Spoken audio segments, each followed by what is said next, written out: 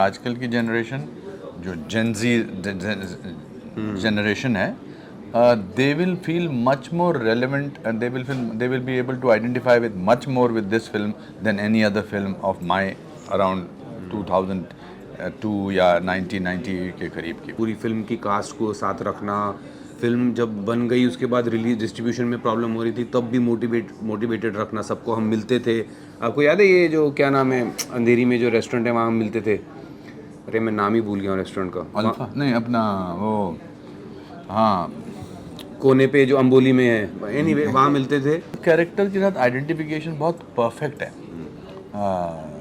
जो थिएटर, अच्छा फिर पूरा वो थिएटर का जो ग्रुप है, थिएटर का जो आइडिया जो दिल्ली का, वो थिएटर के लोगों को चुनते हैं स्कैम करने के लिए, हैं? मतलब विलन को ही वो स्कैम करते हैं। अभी कुछ नहीं, अभी तो सिर्फ अनाउंस किया है कि इंटेंशन है बनाने की। जब आज री रिलीज हो रही है तो उन्होंने अनाउंस किया कि हम सेकंड भी बनाएंगे, बाकी अभी कुछ आगे स्क्रिप्ट वगैरह अभी कुछ रेडी नहीं है। पर पिछले 1 साल से धमका रही हैं कि बनाना चाहती हैं। सबसे पहले सर कॉन्ग्रेचुलेसन, हौसला का हौसला 11 साल के बाद एक बार फिर से ये थिएटर में आ रही है, हम इसे री रिलीज़ कर रहे हैं। कितने एक्साइटेड हैं आप लोग, जिस तरह की ये स्टोरी है, कल्ट स्टोरी, कैसे देखते हैं आप लोग फिल्म को री रिलीज़ हो रही है, एंड क्या कहना चाहिए हौसला का हौसला? बहुत एक्साइटेड हैं, बहुत ही ज़्यादा। हम तो सुबह से उछल रहे हैं साथ में, बिकॉज नॉट बिकॉज और कोई फिल्म री रिलीज होती तो शायद उतनी खुशी नहीं होती। मतलब खुशी होती कि भाई दोबारा, बट ये पिक्चर लोगों को जितने ज़्यादा देखेंगे उतना अच्छा लगेगा, उनको भी और हमें भी, बिकॉज ये अब ये कल्ट क्लासिक है। कल्ट क्लासिक वो बनती है जिसको बार बार देखना, जो कभी पुरानी होती नहीं है। तो जब तक कोई किसी की ज़मीन हड़पे की कोशिश करेगा, जब तक कोई middle class family, middle class की फिल्में बहुत कम तरीके से कल्ट वाली फिल्म बनती है। वैसे तो हर फिल्म जो ऋषिकेश मुखर्जी ने बनाई हैं या बासुदा ने बनाई है वो सब बहुत कमाल की फिल्में हैं, मगर ये फिल्म में नॉटीनेस भी है, स्मार्टनेस भी है, और एक रिकॉल वैल्यू भी है। इसके हर डायलॉग तो आपको सब साथ में सुनाई देते हैं, हर सिचुएशन के लिए इसमें डायलॉग है। तो मुझे लगता है कि आजकल की जनरेशन जो जेनजी जनरेशन है, they will feel much more relevant and they will be able to identify with much more with this film than any other film of my around 2002 या 1990 के करीब की फिल्म। हाँ, तो जेनजी को अभी ऑनलाइन स्कैम्स ज़्यादा पता है, हाँ, बट ये फिल्म देख के उनको हिस्ट्री ऑफ स्कैम्स पता लगेगी कि ऑनलाइन के पहले भी स्कैम्स होते थे। या और ये भी कि जो फिल्म जो अभी भी रेलेवेंट रहती है वो इसलिए है कि जो मिडिल क्लास फैमिली की जो रिलेशनशिप्स हैं they continue to be the same. या वो आज की जेनजी के भी रिलेशनशिप अपनी अपने पेरेंट्स के साथ या जो दो प्रीवियस जनरेशन के साथ, वो चीज़ चेंज नहीं हुई है। So if you ask me, जो सबसे ज़्यादा चीज़ जो इस फिल्म को कल्ट बनाती है, रेलेवेंट बनाती है, वो है जो मिडिल क्लास फैमिली के रिलेशनशिप्स हैं। और क्लीशे कैरेक्टर्स नहीं है, स्टॉक कैरेक्टर्स नहीं है। एक ऐसा नहीं कि घर का जो बड़ा है, जो घर का मुखिया है, वो बहुत ही कुछ एक ईमानदार किस्म का आदमी है, वो कॉम्प्रोमाइज़ भी करता है। बड़ा बेटा जो है वो कोशिश करता है कि वहाँ यहाँ भी और बाहर भी जाना चाहता है। छोटा बेटा इज़ मिसफिट कम्प्लीटली। जो बेटी है वो, उसका अपना एक इशू चल रहा है। तो हर कैरेक्टर के साथ आइडेंटिफिकेशन बहुत परफेक्ट है।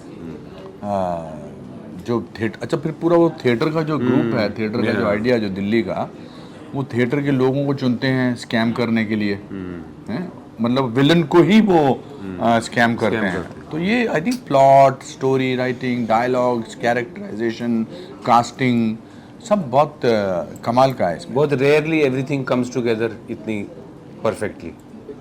बाप बेटों का रिश्ता, मेरा रिश्ता इनके साथ, मेरा रिश्ता चिरंजी चेरी के साथ, अपना प्रवीण दबास के साथ, मेरा रिश्ता मेरी वाइफ के साथ, मेरा अपना एक स्ट्रगल चल रहा है। वो बहुत ही फैसिनेटिंग कैरेक्टर्स हैं।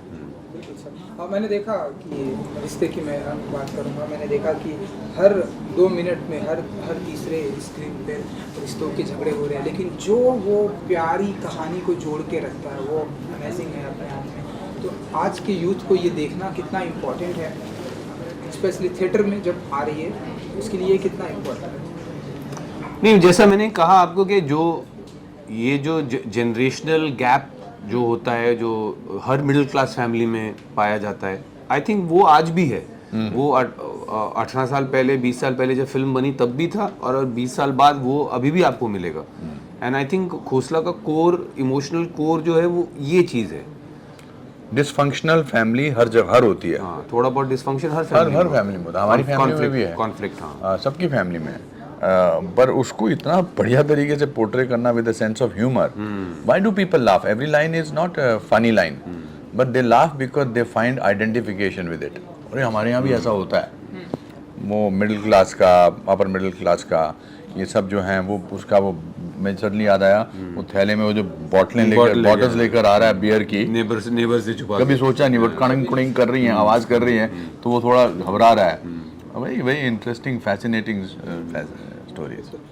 मैंने सुना कि ढेरों सारी मेमोरी आप लोग इस फिल्म से रिलेटेड आप लोग शेयर कर रहे थे 18 साल पहले, 20 साल पहले, और अब तो ऐसी कोई मेमोरी है आप लोगों की? मेमोरीज ही मेमोरीज है। ये पूरी फिल्म मेमोरीज पर ही डिपेंड करती हैं। मुझे तो ना सिर्फ फिल्म के डायलॉग्स, मुझे तो फिल्म बनाते हुए जो जो हुआ वो भी बहुत विविडली याद है। आपको याद है वो जो एक कमरा पीछे होता था, जो टेंट होता था आगे, फिर पीछे एक रूम भी होता था जहाँ पे आपके याद है आपके फ्रेंड जिनका अभी अपने नाम लिया था, विजय भी आते थे। कभी कभी वो रूम में मैं आ जाता था, आप बुला लेते थे मेरे को, अंदर आजा कूलर लगा हुआ है। सो वो मुझे याद है। टेंट जो आगे टेंट लगा हुआ था जहाँ कास्ट का जो एरिया था, वहाँ पे हम लोग गेम्स खेलते थे बहुत सारी। अनुपम जी ने इंट्रोड्यूस की थी गेम वर्ड प्ले, जो सॉरी क्या वर्ड बिल्डिंग, वो खेलना, डम शराड्स खेलना। और फिर मेरे को एक बार याद है जब इसने परवीन ने डम शराड में चीटिंग की थी, याद है? तो हमने बहुत अच्छे पकड़ा उसको, जिंदगी भर के लिए रिश्ते बनाए हमने, और बहुत आसानी से पिक्चर बनी भी नहीं है। बहुत प्रॉब्लम हुई, हम कास्ट को होटल से बाहर निकाल दिया, पैसे नहीं दे पाए थे प्रोड्यूसर, बट हमारी लॉयल्टी थी फिल्म के साथ, तो अपने आप ही प्रोड्यूसर के साथ भी लॉयल्टी। हम नहीं प्रोड्यूसर की बुराई नहीं कर रहे, प्रोड्यूसर में बड़ा दम था, बड़ी कोशिश कर रही थी, वो अपना घर का सामान बेच रही थी, वो कर रही थी और मुस्कुराती रहती थी। एक बार जिस गाड़ी में हमको लेने आते थे टैक्सी वाले, उन्होंने मना कर दिया बिकॉज पैसे नहीं उनके दिए थे, बट हम जैसे तैसे जुड़े रहे और इसको so film मतलब it was not easy to make the film, बहुत hardships थी, but due credit to Anupam ji, not just as lead actor, as आप कह सकते हैं as father figure he played। पूरी फिल्म की कास्ट को साथ रखना। फिल्म जब बन गई उसके बाद रिलीज डिस्ट्रीब्यूशन में प्रॉब्लम हो रही थी, तब भी मोटिवेटेड रखना सबको। हम मिलते थे, आपको याद है ये जो क्या नाम है अंधेरी में जो रेस्टोरेंट है, वहाँ हम मिलते थे। अरे मैं नाम ही भूल गया हूँ रेस्टोरेंट का। अल्फा नहीं, अपना वो, हाँ, कोने पे जो अंबोली में है। एनीवे वहाँ मिलते थे, और अनुपम जी really kept us motivated. He helped out with contacts for distribution also, Boman also। तो हम लोग बहुत अच्छे जुड़े और जिंदगी भर के लिए रिश्ते बनाए हमने। ना सिर्फ फिल्म बनाते हुए, फिल्म की रिलीज के टाइम पे भी we were together as a family। And जिस तरह से ये फिल्म हमारी सोसाइटी को दर्शाती है, हमारी सोसाइटी को दिखाती है, हमारी सोसाइटी से बहुत अच्छी तरीके से कनेक्ट भी है। लैंड माफिया की बात करूँ, आज का दबदबा और बढ़ गया है। अच्छा, चलो फिर पार्ट 2। हाँ, बढ़ गया है, बहुत बढ़ गया है। जब भी आपको इस तरह लैंड ग्रैबी का कोई भी केस होता है, तो उसकी हेडलाइन यही होती है, अनदर खोसला का खोसला। हाँ, और अब तो बहुत ज़्यादा हो रही है। जितना ज़्यादा बिल्डिंग्स बनेंगी, जितना ज़्यादा कंस्ट्रक्शन होगा, उतना ज़्यादा घपला होगा।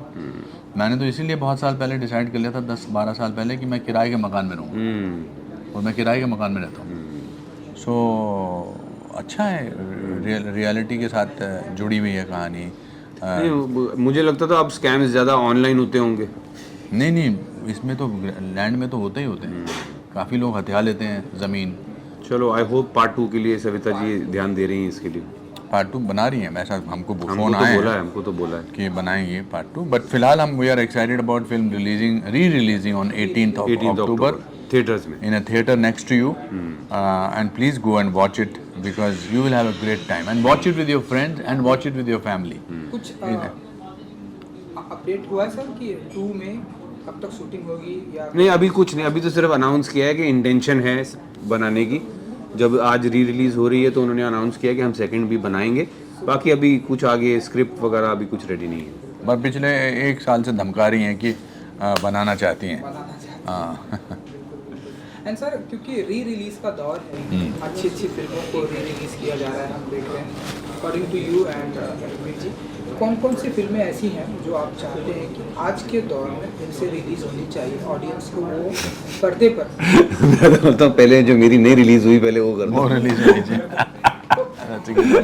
जो दूसरी बार वाली नहीं, जो पहली एक बार भी नहीं हुई वो रिलीज कर दो पहले। हाँ दरअसल थिएटर्स में रिलीज मिलना आसान नहीं है, इसीलिए लोग ओटीटी स्ट्रीमिंग की वाहवाही करते हैं। अब तो मुझे लग रहा है ओटीटी में भी प्रॉब्लम होनी शुरू हो गई, अब तो स्ट्रीमिंग वेबसाइट्स आनी शुरू हो गई हैं। सो ये डिस्ट्रीब्यूशन का जो इशू है ये अभी भी चल रहा है, बिकॉज हमेशा जो फिल्म मेकर्स जो फिल्में बनाना चाहते हैं वो ज़्यादा होंगे कंपेयर टू डिस्ट्रीब्यूशन के जो प्लेटफॉर्म्स हैं। ये तो लाइक लॉटरी टिकट ना। हाँ, आपको लगता है कि अगर पिक्चर चल गई तो जिंदगी भर के लिए आसान हो जाएगा। हाँ नहीं, और मेरा मतलब डिमांड सप्लाई का जो इशू है कि अगर 1000 फिल्म बनती है रिलीज के लिए, और उसमें से 100 फिल्म 200 फिल्म का प्लेटफॉर्म है ओटीटीज मिला के, हाँ सो वो बाकी बेचारी 700-800 फिल्म्स अभी भी स्ट्रगल करती हैं to get release, so that continues. मुझे लगता है मैंने अभी नीरज पांडे से रिसेंटली कहा, मैंने कहा स्पेशल 26 दोबारा रिलीज होनी चाहिए। उसका भी वही है, रिकॉल वैल्यू उसकी बड़ी है, इंटरेस्टिंग है because Wednesday, but special 26 is a thriller, con people का है वो। बट फिलहाल तो हम चाहते हैं कि इसका रिस्पांस बहुत अच्छा हो। एटलीस्ट इससे एक बात की खुशी तो होगी, हमको दोबारा मिला है, हम बैठे आपके साथ इंटरव्यू कर रहे हैं। बिल्कुल बिल्कुल। चलिए sir, national award winning film ये रही है। आई होप कि जो पार्ट 2 बनेगी, जैसा कि आपने बताया कि हमें पिछले 1 साल से धमकाया करेंगे, उससे भी काफ़ी अप्रिसिएशन मिले। बट उससे पहले we want people to watch it in theatres again. Khosla का Khosla 18th October in cinema halls near you. Yeah, this is Kamal Kishore Khosla and this is Balwant Khosla. Balwant Khosla. Signing off. Thank you ji. Thank you sir. Thank you. चलो अब क्या है?